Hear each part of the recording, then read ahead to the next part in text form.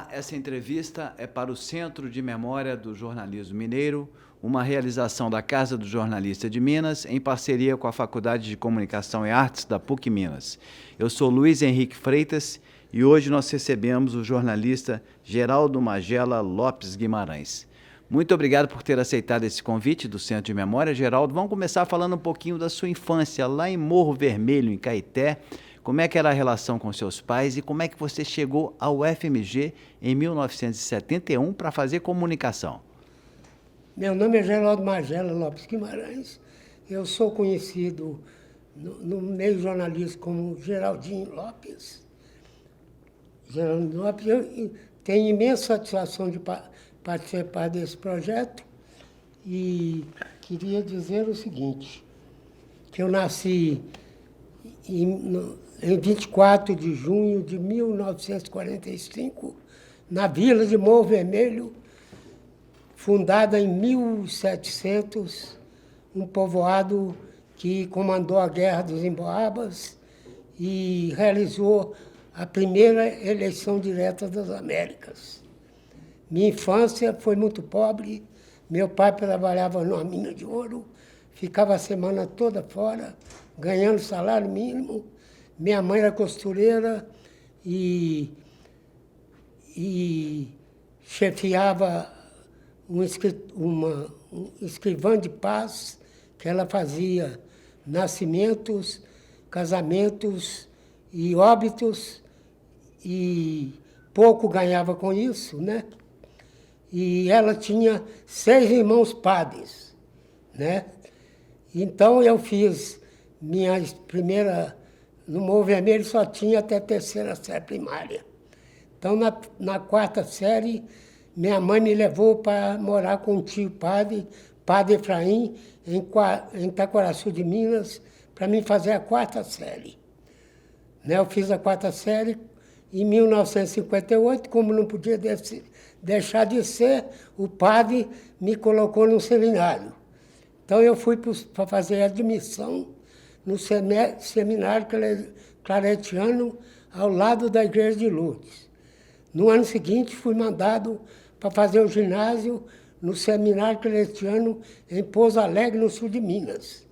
Depois, fui fazer o 2º grau no Colégio Claretiano, em Mendes, no estado do Rio de Janeiro. Né? Em 64, eu fui expulso do seminário por falta de vocação. O padre simplesmente falava, você não tem vocação para padre. Já comprei sua passagem e você vai voltar para Belo Horizonte hoje à noite. E por que você acha que você não tinha vocação para padre, Geraldinho? Eu não tinha noção nenhuma, né? Tinha 17 anos. A família toda com padre, né? 6 tios padres? Pois é, eles acharam que eu não tinha. Então me expulsaram, eu...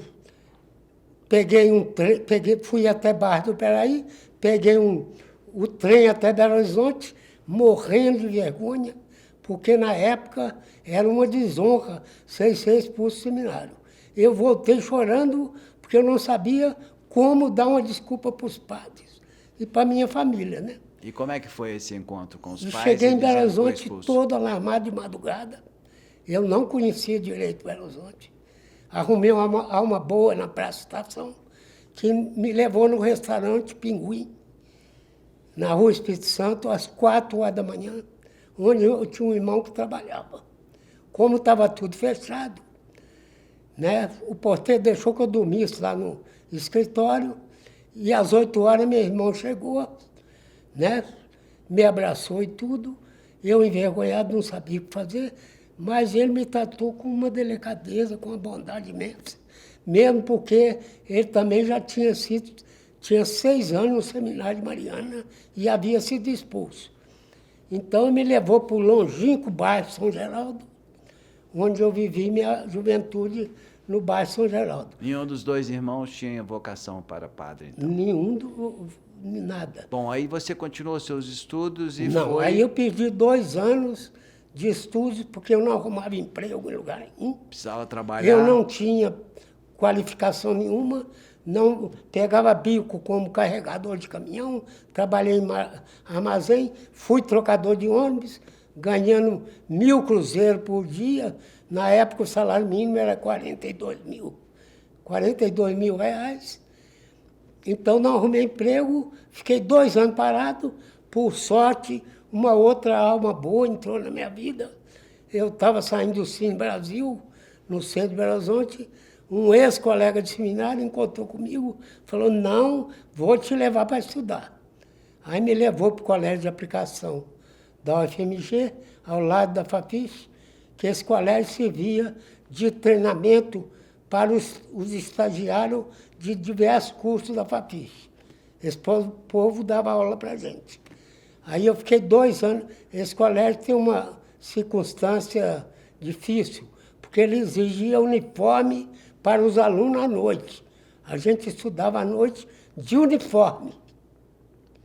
Né? E eu lembro que eu fui trabalhar um dos amigos da escola, me arrumaram um emprego numa fábrica de macarrão, a fábrica Vilma, em Contagem. Macarrões Vilma. Macarrões Vilma.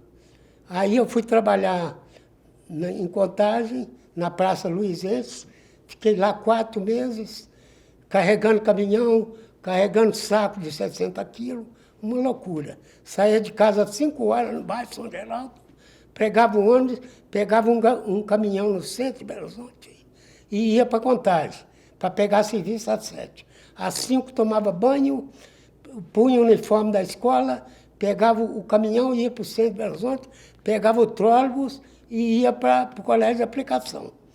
E saía do colégio de aplicação por volta de 11 horas da noite e chegar no bairro São Geraldo por volta de 1 hora da manhã. Então eu já encontrava 2 marmitas, uma para me comer e outra para me levar no dia seguinte. Eu só via minha família aos sábados. É uma vida louca, né? Difícil, mas eu era teimoso. Aí eu concluí o 2º grau na faculdade, no colégio de aplicação. E lá eu fiz um teste vocacional. Como no bairro São Geraldo eu já tinha lançamos um jornal lá de mimeógrafo que a gente fazia no bairro São Geraldo. Eu já tinha um certo ligado. E eu fiz um teste psicológico no colégio de aplicação que me indicou o curso de comunicação. Eu fiz vestibular em 68, no início de 68, para a comunicação. Foi o último vestibular não unificado da UFMG. Passei em comunicação, em 68 entrei na faculdade, no curso de comunicação da UFMG. E ali você encontrou o seu caminho, né? Porque você fez uma Aí carreira eu longa no enfrentei jornalismo. uma fase difícil no curso, porque durante 4 anos a gente sofreu. Todo dia a gente encontrava a escola cercada. Ditadura. 7 horas da manhã, o golpe militar de ditadura, milhares de soldados, agentes DOP cercavam a faculdade e o professor Luiz Bessa não permitia que entrasse na escola. E eles gritavam no megafone, quem quiser sair, apresente o documento.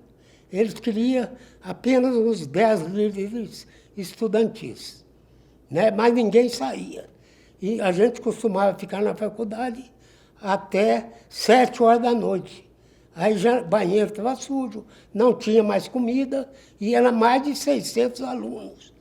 E a gente só saía quando a polícia ia embora.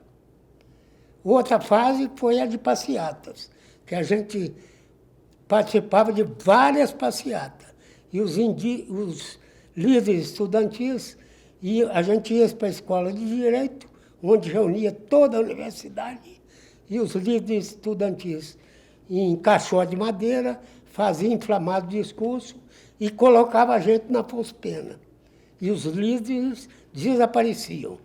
A gente tomava bomba de largadas morrendo, cacetete de madeira nas costas, e era uma loucura. Depois a gente se reagrupava na Avenida Paraná, onde os líderes surgiam de novo, né, nos caixotes de madeira, e a gente ia na passeata em direção ao Mercado Central. Novamente bomba, cacetete de madeira nas costas. Quando eu estava estagiário, já no Jornal de Minas, o dono do jornal olhava em meus olhos e falou, menino, você está fazendo bagunça na rua. era o Afonso Paulino, que era amigo dos militares da ditadura.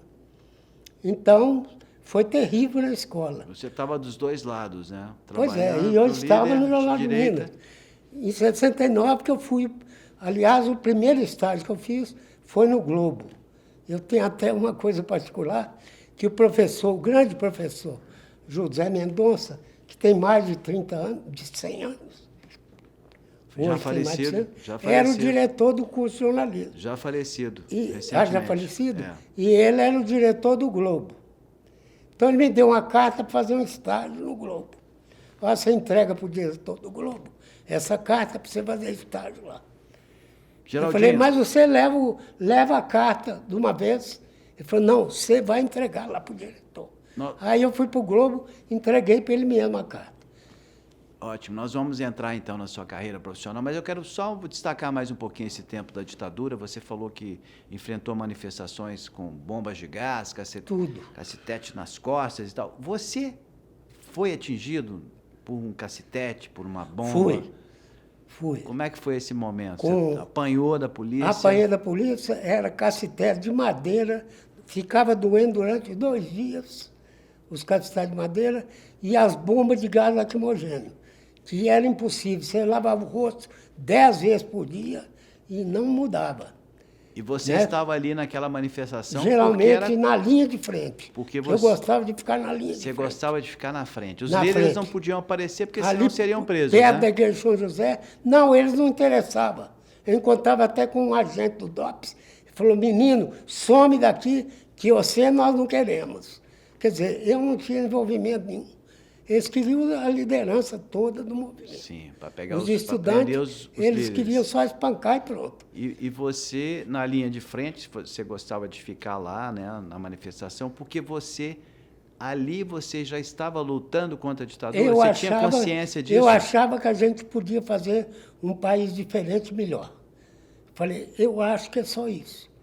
Depois, eu tive até sérios arrependimento, porque os líderes estudantis queriam muito mais do que isso. Nós queríamos apenas mudar o país, derrubar a ditadura, né? Qualquer força. E o que os líderes queriam no seu entendimento? Os líderes queriam ser candidatos políticos, essas coisas todas. Né? Alguns acabaram sendo. Né? Geraldinho, agora vamos falar do seu momento no Globo. Você começou como estagiária no Globo, que tinha sucursal em Belo Horizonte. Sucursal, fui para a Escola do Globo em 69. Você já era repórter? Não, eu era repórter estagiário. Fiquei 3 meses, depois saí do Globo, fui para o Jornal do Esporte, que era o Jornal do Esporte. Aliás, na década de 70, foi uma coisa grande, né? Do jornalismo mineiro. Havia sucursal por todo lado. Sucursal do Estadão, do Globo, Jornal do Brasil, Folha de São Paulo, Tribuna de Minas, Última Hora, né? Um punhado de sucursais. Né? Tribuna do Rio de Janeiro, várias sucursais, além dos jornais normais, que era Estado de Minas, hoje em dia, Jornal de Minas, Diário de Minas, Diário do Comércio. Então, era uma... E nós fizemos um divisor de águas quando nós entramos no jornalismo. Em 69, a turma da Fafiche, pelo menos no Jornal de Minas, nós, uns 15, invadimos o Jornal de Minas, que era só de jornalistas boêmios, antigos, e nós fizemos essa invasão no jornal. Então foi uma coisa louca nessa época. Saindo do Globo, eu fui para o Jornal do Esporte 2 meses. Depois fui no Jornal de Minas, o Diário, que era o jornal que pertencia à Cúria Metropolitana. O Jornal do Bispo, o Diário. E no ano seguinte ele foi transformado em Jornal de Minas. Essa invasão... Comprado pelo Afonso Paulino. Ótimo, nós vamos chegar lá. Essa invasão que você fala na redação de 15 jornalistas saídos ali, quentinhos, fresquinhos da faculdade... Isso. Fez uma mudança ali no jornal. Você quer dizer que esses jornalistas profissionais começaram a trabalhar e aqueles boêmios saíram do mercado? Não, os boêmios continuaram, mas nós fomos invadindo aos poucos. Né? No fim de 70, vários já estavam em chefias. já era redatores, já era subeditores. Então, nós fomos invadindo, tomando conta do jornal. No Jornal de Minas, a primeira coisa que eu fiz, que eu entrei, foi repórter de setor, estagiário ainda, de 69. Eu cobri um setor da cidade, que eu ia a pé, e se não tinha carro. Eu ia a pé, atravessava o Parque Municipal, cobria a Associação dos Professores, DETRAN, CDL, as secretarias da Paz da Liberdade, IPSANG, Secretaria da Fazenda, Educação, Secretaria de Obras. O Palácio e a Segurança era com outros repórteres, de política e de polícia. Eu era obrigado a trazer 3 notícias por dia. Às 5 horas, 5h30 da tarde, a gente descia a pé e ia para o jornal da Francisco Salles. Redigia a notícia. 6 meses depois desse estágio, me mandaram para repórter de polícia. Então, eu peguei 2 repórteres de polícia, bons repórteres de polícia, que eram detetives da polícia. Eles trabalhavam na polícia e trabalhavam no jornal à tarde. Eu os deixava no departamento de investigação, nós tínhamos um jipe, a polícia tinha um jipe, né, destinado à reportagem de polícia. E eles ficavam no departamento de investigação, que eram as grandes notícias, e eu ia cobrir os distritos policiais, a Polícia Militar e a Secretaria de Segurança na Praça da Liberdade, que eram as notícias do interior. Eu lembro que nos distritos, eu teve alguns casos ótimos para me cobrir, como dois moradores lá que trocaram as mulheres. Trocaram as mulheres no 8º distrito, no bairro Esplanada. Trocaram as mulheres. Tudo estava dando certo, até que um deles se arrependeu e resolveu devolver a mulher para o outro. E o caso foi parar na polícia. Aquilo nos rendeu 20, 30 dias de notícia. Outro caso de polícia de destaque que eu tive foi que eu corri os distritos e perguntava ao inspetor, não tem nada. E no 4º distrito, na Avenida Nossa Senhora de Fátima, eu falei, o inspetor, não tem nada. Ele falou, nada. Aí eu olhei a grade da prisão lá, tinha um galo lá. Eu falei, ô, inspetor, tem um galo preso aqui. Ele falou, tem 3 donos desse galo. Olha. Eu falei, pô, vai dar uma matéria ótima. Pediu o fotógrafo, fizemos a coisa do galo, a foto do galo, donos, e eu ganhei primeira página com isso. 3 donos do galo, e aí a polícia prendeu o galo. Aquilo me rendeu quase 2 semanas ali. Imagina. Porque o galo estava preso no xadrez. Eu não podia prender os 3, não. Prende o galo até resolver a questão. Então eu buscava isso. Eu tenho um arrependimento sério disso, porque como eu era jornalista, a caminho do jornalismo profissional, eu fui fazer polícia militar um dia, e a polícia militar me deu uma ocorrência de que um cara brigou com a mulher e havia mordido um cachorro. Eu levei a notícia para o jornal. Os 2 detetives, repórteres que estavam lá, falaram, me dá essa notícia que hoje não tem nada. E eles deram a seguinte notícia. Inventaram uma história fantástica. Briga com a mulher e mata o cachorro a dentada. Falei, pô, vocês estão ofendendo todo mundo. Ele não matou o cachorro a dentadas. Os caras reclamam. No dia seguinte, estava a televisão tudo atrás do assunto. Criou um trem e a notícia saiu até nos Estados Unidos. Aquilo me ofendeu profundamente, porque era uma inverdade. Era uma mentira, né? O eles marido mordeu o cachorro, não o matou. Esses detetives trabalhavam com isso. Vamos inventar notícia. Tem um lá que eu também indaguei dele, o Toca para Sabará. Né? Um taxista foi assassinado em Sabará e a notícia era de que ele tinha pegado o táxi para Sabará. E o repórter pôs lá, ele entrou no táxi e falou, toca para Sabará.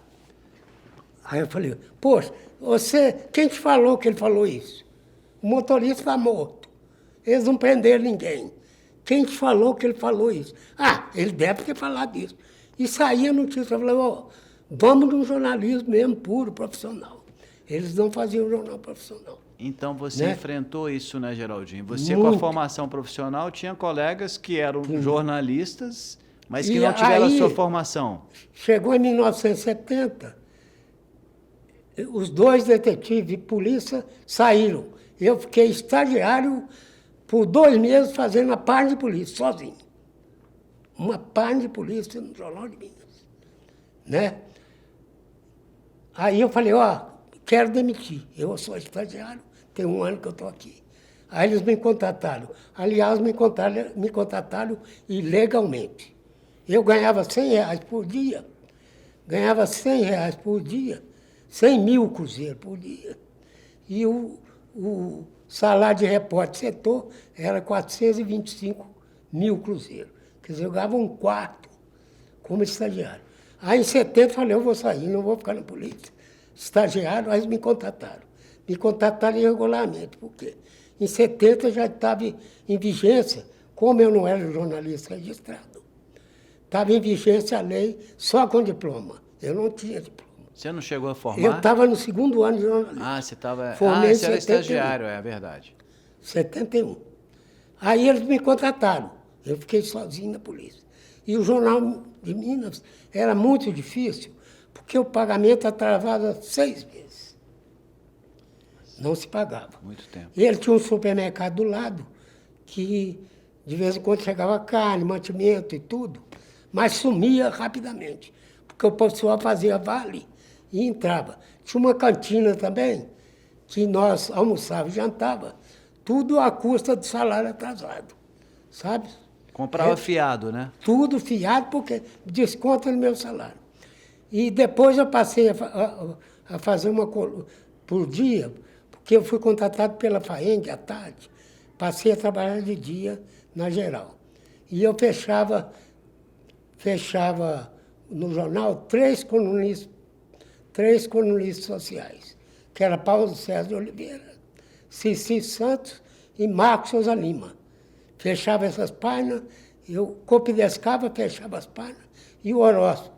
Tem um caso gozado de horóscopo, que um dia a mulher que fazia o horóscopo não mandou o horóscopo. Eu tinha que fechar até meio-dia a página. Eu fui lá no depósito do jornal, me dá uma coisa de 3 anos atrás aí. E mudei os horóscopos todos. Mudei os horóscopos e coloquei na página. No dia seguinte, ligaram os 3 leitores reclamando que o horóscopo já tinha saído 3 anos atrás. Sério? Quer dizer, uma coisa Eles acompanhavam horrível, o horóscopo uma todo coisa, dia para lembrar né? uma coisa dessa? A grande cobertura que eu fiz mesmo no Jornal de Minas foi o desarmamento da Gameleira, do pavilhão da Gameleira, que matou 69 operários e feriu mais de 100. Eu fiquei mais de 2 meses cobrindo essa coisa da Gameleira. Uma coisa.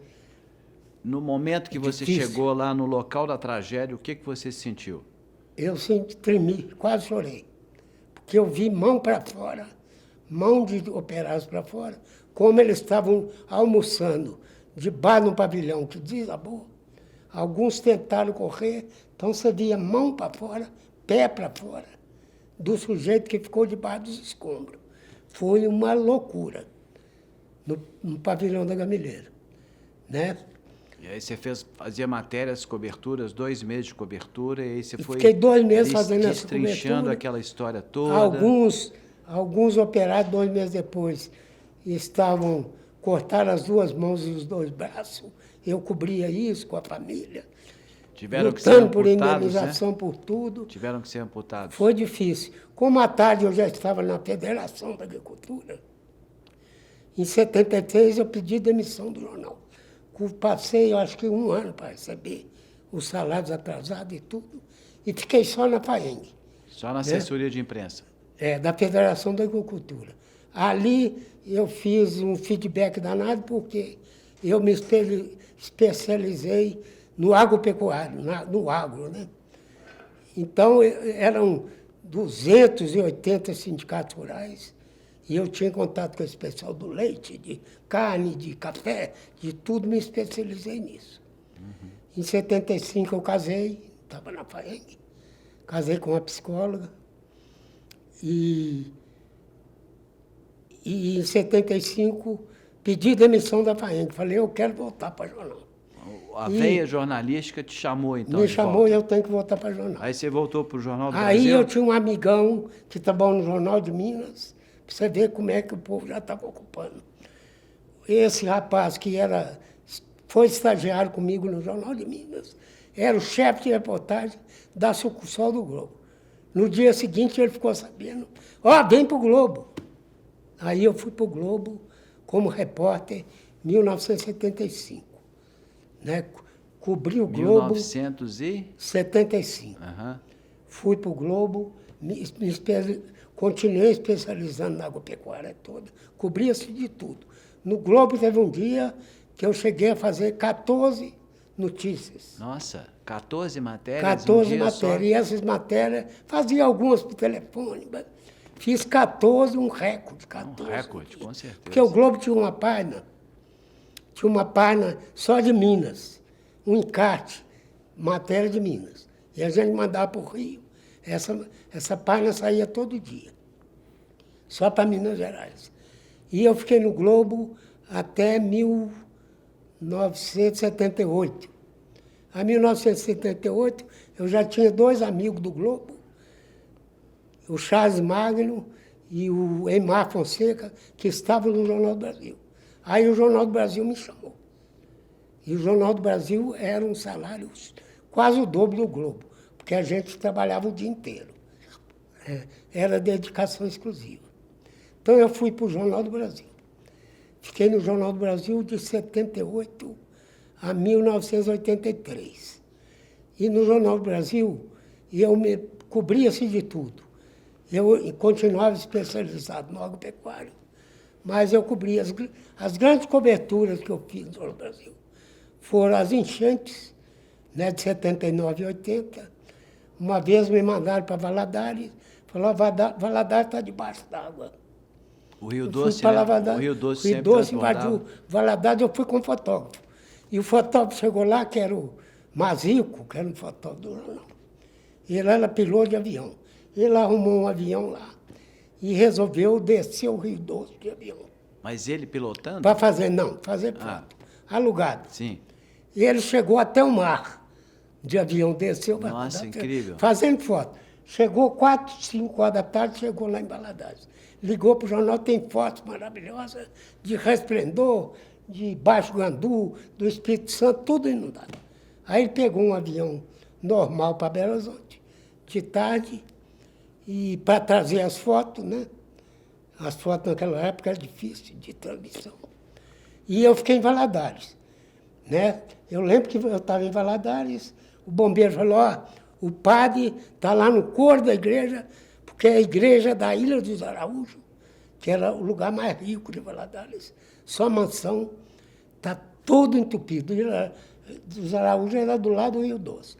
E o padre está lá na igreja, que a igreja tem 3 metros de altura de água.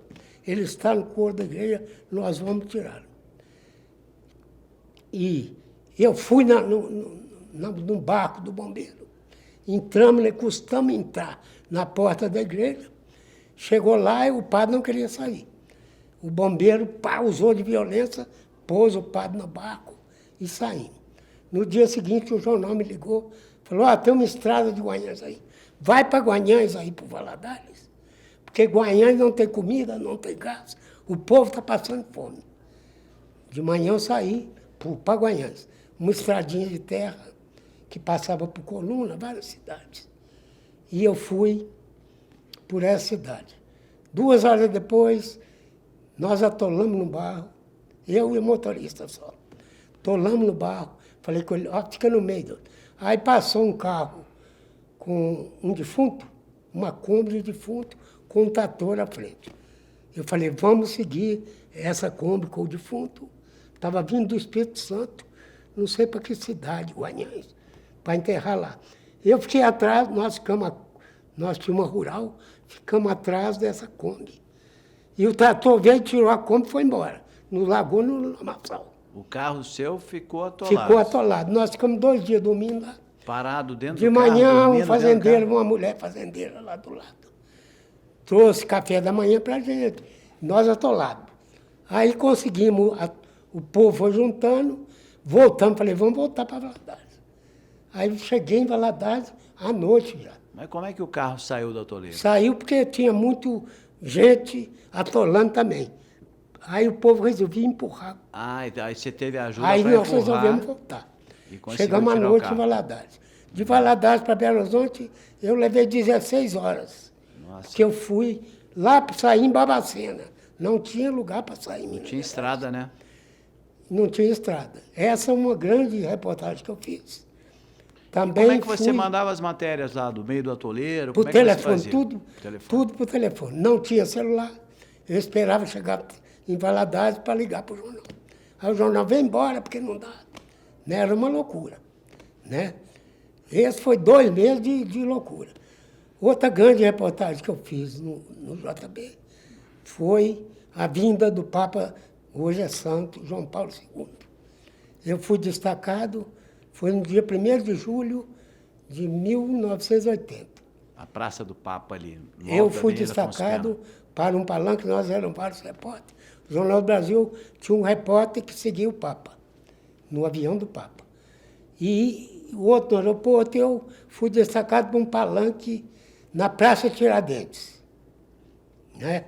E o Papa Móvel, eu vi ele pela Praça Tiradentes, e mais de 1 milhão de pessoas seguindo o Papa Móvel, subindo a Afonso Pena. Eu pude ver tudo, subindo até a Praça Milton Campos, porque nós já tínhamos 2 repórteres na Praça do Papa para a realização da missa. E dali, desse palanque da Praça Tiradentes, eu fui para o Palácio do Bispo, na Praça da Liberdade, porque o Papa ia almoçar ali antes de ir para o Rio de Janeiro. Então, eu estava lá quando o Papa chegou lá, na Praça da Liberdade, um acúmulo de gente imenso. Aí, depois do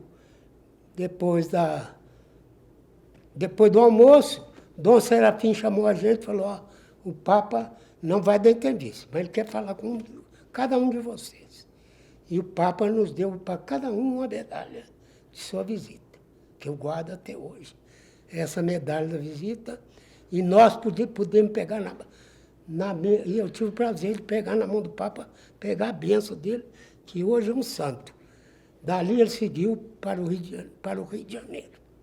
Foi as grandes coberturas que eu fiz no Jornal do Brasil. Então, o Geraldo Magela Lopes Guimarães pegou na mão de um santo. Peguei na mão de um santo. Recebeu a bênção João Paulo de um santo. II, recebi a bênção dele. Então, em 80... Nesse momento, só para marcar mais esse momento que você estava frente a frente com o Papa João Paulo II, como é que você se sentiu pegando na mão dele, sendo abençoado? O que isso Eu trouxe tenho para uma você? dificuldade danada para falar disso, uma emoção danada, porque eu sou católico, né? Eu estudei no seminário, mantive a fé, tive 6 filhos padres, e não é por isso, é por convicção própria de catolicismo. Então eu termino as bases. Foi uma coisa, a maior cobertura da minha vida, sabe? Hoje eu guardo essa medalha em casa com toda a segurança, que eu recebi da mão de João Paulo II. Foi a maior cobertura, sem dúvida, de todo lugar que eu passei, né? É um momento mágico, né? Um momento mágico mesmo. Você sentiu uma áurea diferente? Nossa, eu senti pisando nas nuvens. Eu fui a pé para o jornal, pisando nas nuvens. Aquilo para mim foi fantástico. Ele já era um líder, né? Ele chegava na Praça do Papa, o Papa não os esquece nunca mais. Foi a frase que ele usou em Belo Horizonte, né? Na missa dele, para os jovens. Né? Na missa fez um discurso para os jovens. Voltei para o jornal, redigi tudo, aquilo me marcou. Saí do Jornal do Brasil em 83, né? Eu saí do Jornal do Brasil. Mas antes você trabalhou na Rádio Jornal do Brasil. A Rádio Jornal do Brasil foi um caso atípico, né? Porque, acho que em 1981, né? Em 81,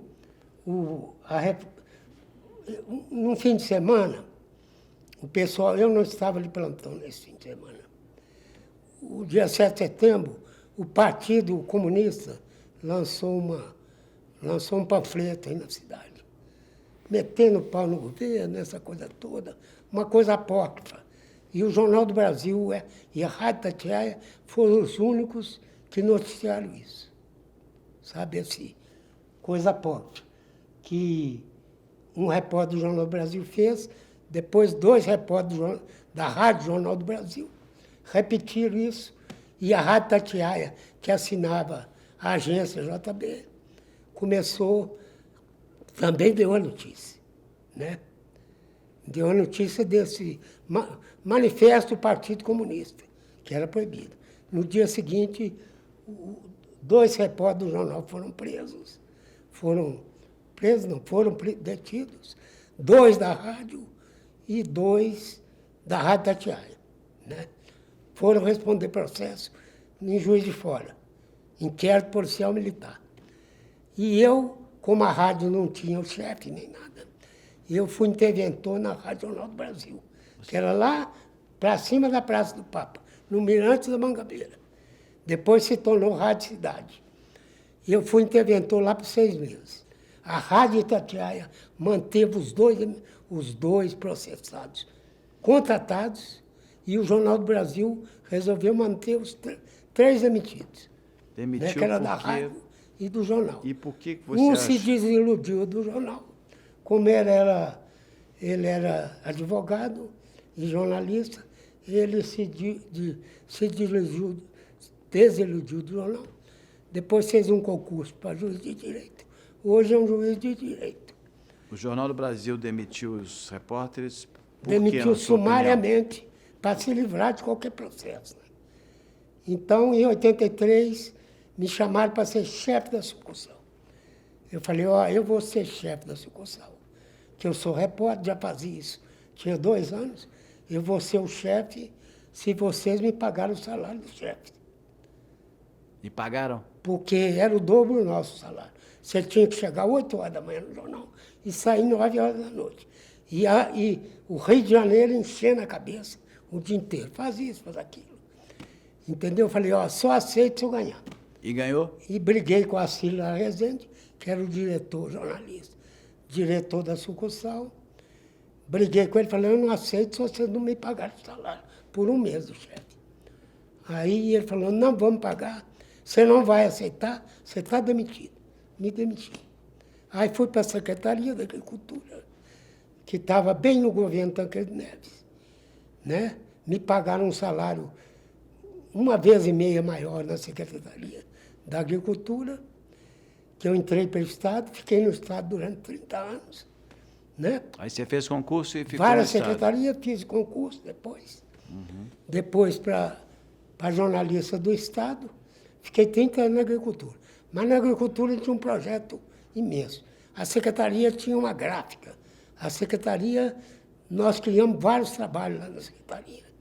A Secretaria tinha 7 empresas, Emater, Epamig, um punhado, Fremisa, Ceasa, tudo agregado à Secretaria. Então era um sistema de comunicação violento, sabe? Fizemos um trabalho maravilhoso lá. E fiquei na Secretaria até 2013, quando eu me aposentei do Estado. Né? Aí no jornal, eu fui para o jornal em 1985.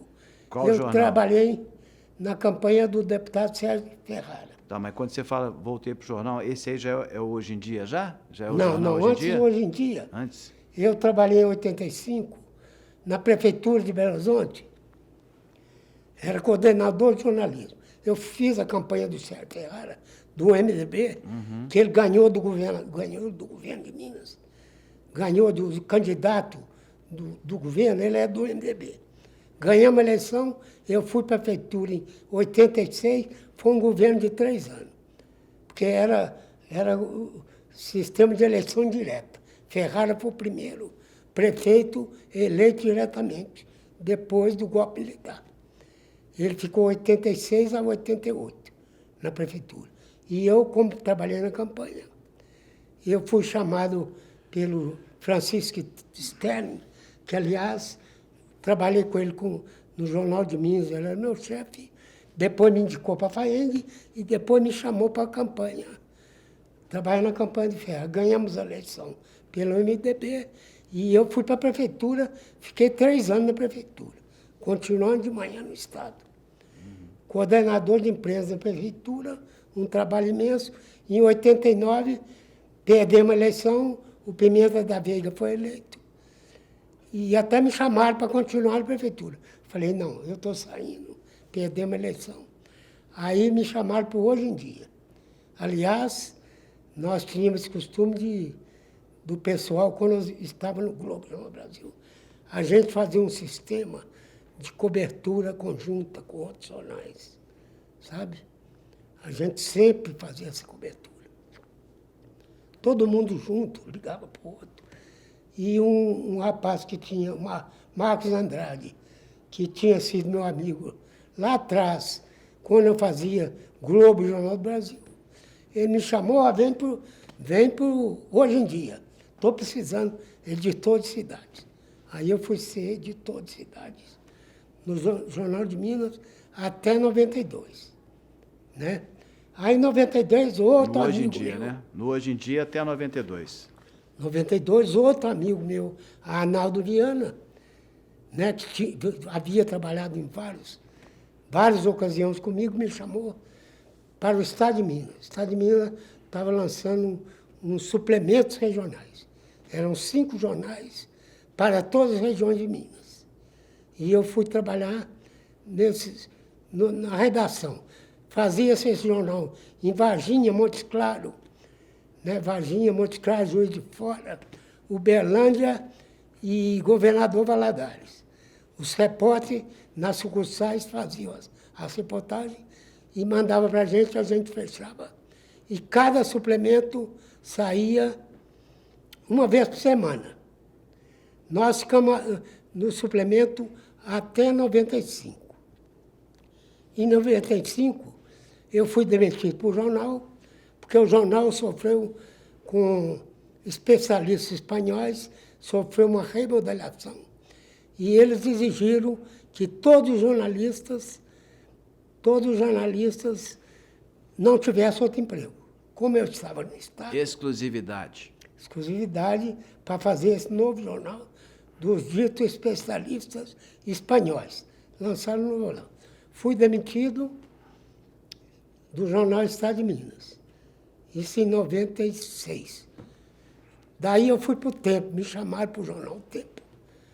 Né, o Tempo tinha 4 meses que estava sendo feito o Jornal do Tempo, um jornal de estágio.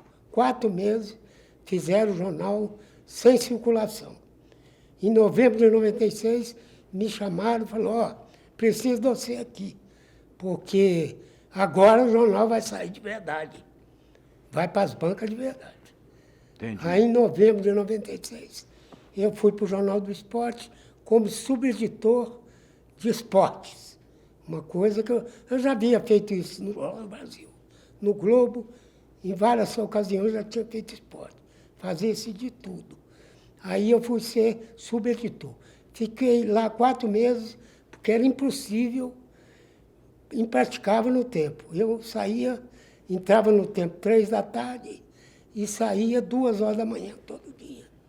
E eu estava com um filho pequeno, né? Meu filho nasceu em 95. Eu estava com um filho pequeno, saí do Tempo, logo depois saí da prefeitura de Contagem, porque nós perdemos a eleição para o Nilton Cardoso. Até me chamaram, a equipe do Nilton, fica aqui na prefeitura. Falei, não, com o Nilton Cardoso eu não fico. Saí, aí eu tive uma perda salarial grande, porque eu fiquei só com o emprego do Estado, que era um emprego muito ruim, salário baixo, de 97 a 2000. 2001 fui chamado de novo para a Prefeitura de Contagem, superintendente de imprensa. Para a Prefeitura de Contagem, onde fiquei até 2004. Né? E a Prefeitura de Contagem tinha uma dificuldade imensa com a imprensa. Até hoje tem. Primeiro, não tinha jornal em Contagem. Apenas jornal semanais e uma Rádio Líder. E os jornais de Belo Horizonte mal cobriam lá. Ninguém cobria Contagem. Até hoje é assim. Não cobria Contagem. Então, a prefeitura, apesar de ser uma cidade grande, não tinha meios da imprensa. Desprezavam o release, desprezavam tudo. Só coisa ruim que eles iam fazer em Contagem. E você ia responder naquilo. Geraldinho, esse é o papel do assessor de imprensa. Pois Né? é, Você a esteve dos dificuldade dois foi lados. Você teve dos dois lados, sempre na sua carreira, como repórter, como editor, como chefe e também como assessor de imprensa de vários órgãos públicos. Você trabalhava bem essa relação? Como é que você fazia de um lado para o outro? Não, eu trabalhava bem. Eu recebia bem os repórteres. Como eu era chefe, eu pedia apuração para tudo. Me ligava jornalista, jornal, e falava, vamos apurar, vamos falar, e vamos falar a verdade. Né? Isso como jornalista Uma vez de eu redação. por exemplo, Como jornalista de redação, você tinha essa preocupação. Agora, o papel do jornalista assessor de imprensa já é outro, com outro olhar, né? Não, mas a gente tinha uma preocupação, porque como eu tinha sido profissional, eu tinha preocupação. Na Prefeitura de Contagem, eu enfrentei um duro golpe com o lixão de Contagem. Na época tinha um lixão e o Estado de Minas, não sei por causa se era falta de publicidade ou o quê, o Estado de Minas resolveu compor uma briga com a Prefeitura de Contagem, porque ela jogava o lixão. Belo Horizonte já tinha, não tinha lixão mais. Contagem já tinha o lixão. E eu enfrentei isso, essa briga do Estado de Minas. Né? O possível, porque a gente tinha o lixão. Como ia fazer, já tinha previsão para acabar com o lixão, conforme também tinha acabado. Então, na Prefeitura de Contagem tinha esse problema. Problema sério de assessoria. Né? Então, o que eu fiz em Contagem? Falei, nós não tínhamos nenhuma comunicação nem em Contagem. Então, eu criei na Prefeitura um jornal diário chamado Pra Ler. Era uma página, dia 4, para ler, diária. Tudo da Prefeitura e da cidade. Saía todo dia. Imprimia 300 e todos os setores da Prefeitura, de banco, tudo, esse jornal era pregado. E o povo acostumou nisso. Esse é o papel do assessor de imprensa. Esse é o papel do assessor de imprensa. Comecei a fazer esse jornal.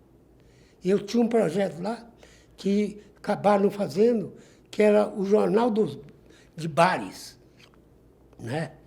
Ia fazer um jornal de bares, que era um jornal grande, de um folder, que pregar em todos os bares, uma vez por mês. Com a notícia, porque lá a comunicação era muito difícil, em Contagem. Geraldinho, dando um pulo agora, você atuou em vários veículos de comunicação, em várias assessorias de imprensa. Como é que você vê o jornalismo hoje, com as ferramentas da internet, com o celular? Como é que você vê esse momento atual do jornalismo? Eu acho que hoje teve uma decadência total.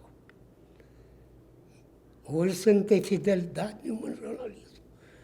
Eu acho que o jornalismo hoje está se apagando, porque né, com a internet e tudo, você ouve uma pessoa, na minha época, você era obrigado a ouvir 3, 4 fontes. Você nunca publicava uma fonte assim. Eu tive muito problema hoje em dia, porque hoje em dia eu tinha 14 repórteres nas cidades.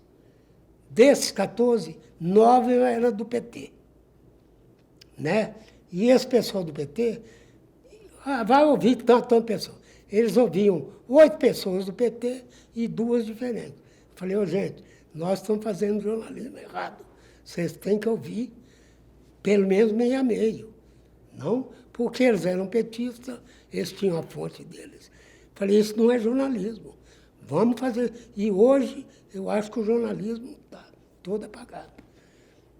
Então, Ok, então vamos avançar. Pode acrescentar, então. Pois é, eu saindo eu estou aqui em Contagem.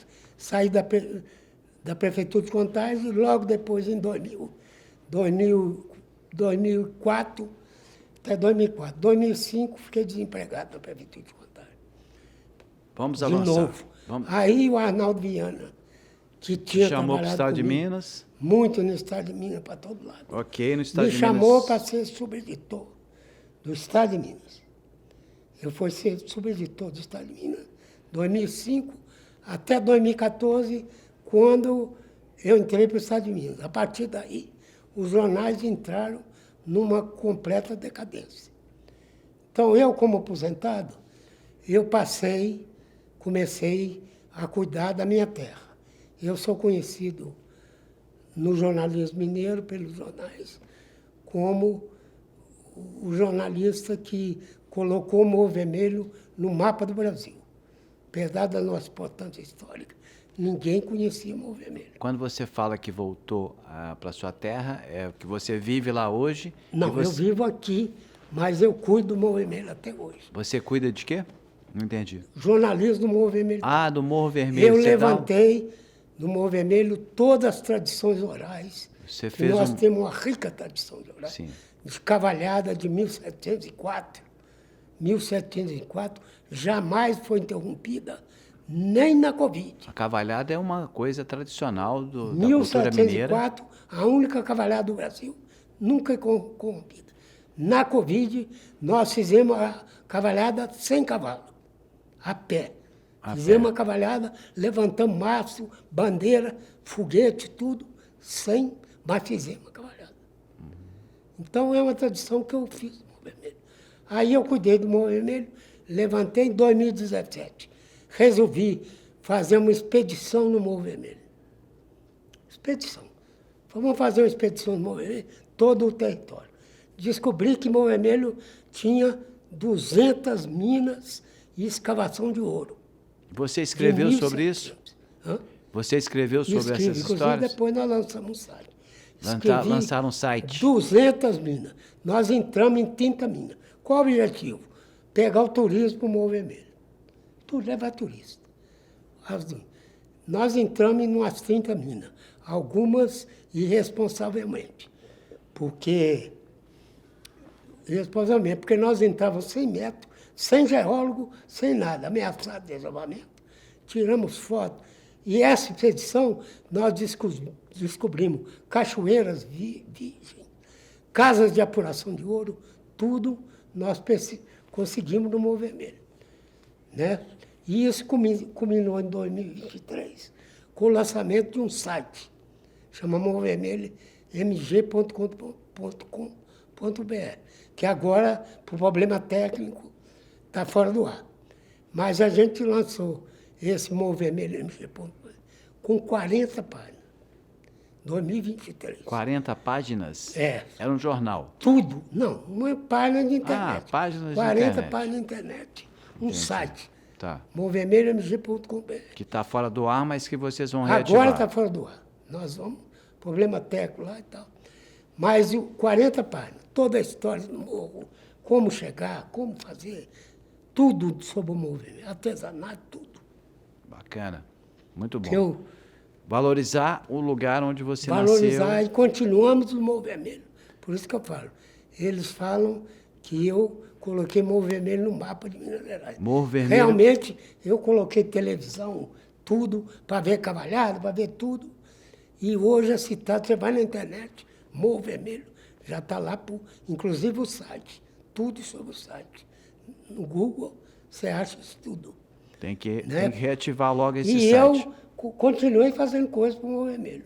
Recentemente nós lançamos a árvore genealógica, estamos tentando até hoje, a árvore genealógica das principais famílias do Morro Vermelho. Família de 1700, 1800. Eu consegui fazer a minha paterna e materna. Mas as outras estão tudo parado, que é uma coisa super interessante.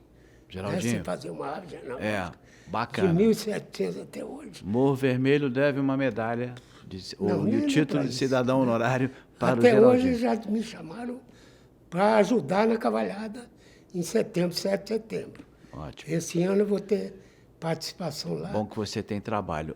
A gente já está chegando a 1 hora de entrevista. Eu queria que você falasse. Eu tenho mais 2 perguntas e quero que você também acrescente o que estiver faltando. Queria que você falasse um pouquinho agora como é que você vê a atuação da Casa do Jornalista de Minas Gerais e o papel do Sindicato de Jornalistas de Minas Gerais. Qual a importância dessas 2 instituições? Olha, eu fui diretor do sindicato na época do Luiz Carlos Bernardes e a minha função de diretor do sindicato era construir um prédio no Sindicato de Jornalistas. Estava tudo verbalizado para a construção desse prédio. Nós tínhamos 3 andares do prédio, além do saguão, para o sindicato e a Casa do Jornalista. Infelizmente, a maioria deu contra, achava que a Casa do Jornalista tinha que ser um foco de todo mundo. Então, isso deu para trás até hoje.